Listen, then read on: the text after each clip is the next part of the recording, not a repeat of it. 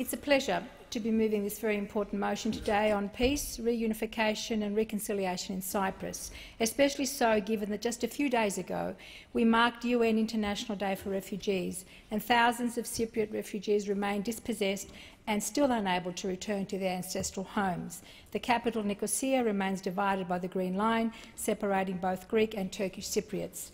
The UN Secretary-General, Antonio Guterres, in his last report on his mission of good officers in Cyprus, reminds us that as the Cyprus peace efforts are concerned, we find ourselves in a quote-unquote period for reflection. This came after 2 years of intense and strenuous negotiations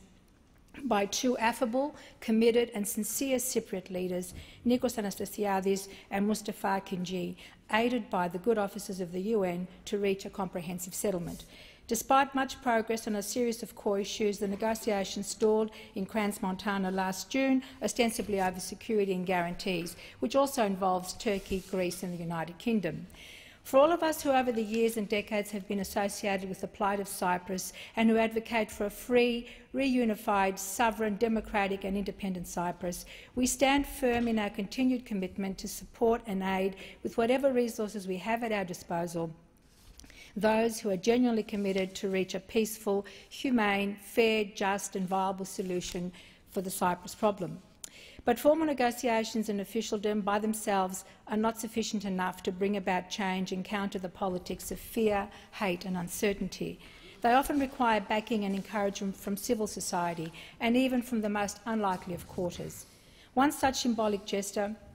of hope, reconciliation and reunification came from two Australian friends, one of Turkish Cypriot background, Yalcin Adal, who is here in the gallery today with his father Halil Adal and his younger brother Yenir Adal, and the other of Greek Cypriot background, Stavros Protz, who unfortunately could not join us here today in Canberra because sadly his mother Maria Georgas passed away in Melbourne just a few days ago.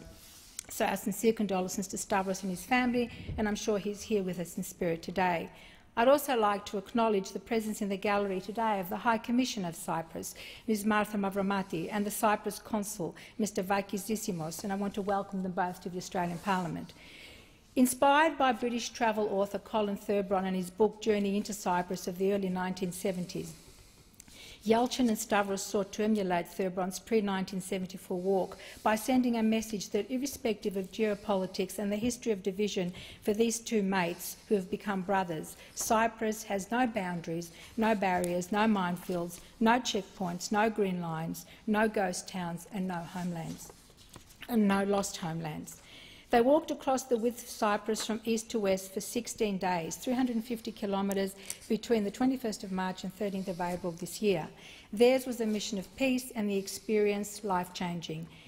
There were many highlights and memorable moments along the way as the local Cypriots followed and embraced with enthusiasm the journey of the two Australians. Midway through the journey, they stopped for a tree planting ceremony at the Home for Cooperation in the buffer zone on March 31st. Yalcin and Stavros planted an indigenous myrtle tree known for its spiritual healing properties in the hope it will help to heal the beloved island of Cyprus. On their behalf, Deputy Speaker, I would like to thank all those who assisted and were involved in the tree planting process, both in its selection and day of planting. Of special significance was the involvement of my parliamentary colleagues who Yalcin and Stavros met here in Canberra prior to their departure. Senator Pat Dodson, the federal member for Barton, the member for Hindmarsh and the member for Grayndler, and of course our Australian High Commissioner to Cyprus, Mr Alan Sweetman, for all of his on-the-ground support, including digging the hole for the tree to be planted in. Deputy Speaker, Australia has been proactive in its involvement in Cyprus. Australian Federal Police have had the longest continuous presence in Cyprus from 1964 until their departure in 2017, after 53 years, to supporting the establishment of the bicommunal NGO Cyprus Academic Dialogue and the Citizens Diplomacy Program instituted in 2010 during the Rudd-Gillard Labor governments, a project that our Australian High Commission in Cyprus continues to support today under the present government. This is what we Australians do and we do best. Our distinctive, down-to-earth political acumen is to try and find practical solutions to what appear as insurmountable problems. So, inspired by Yalcin and Stavros' The Journey into Cyprus, East2West, this motion proposes a simple, practical measure to the Australian government to action its continued bipartisan support for the peacemaking efforts in Cyprus by reappointing a special envoy on Cyprus to actively promote dialogue, peace and reconciliation.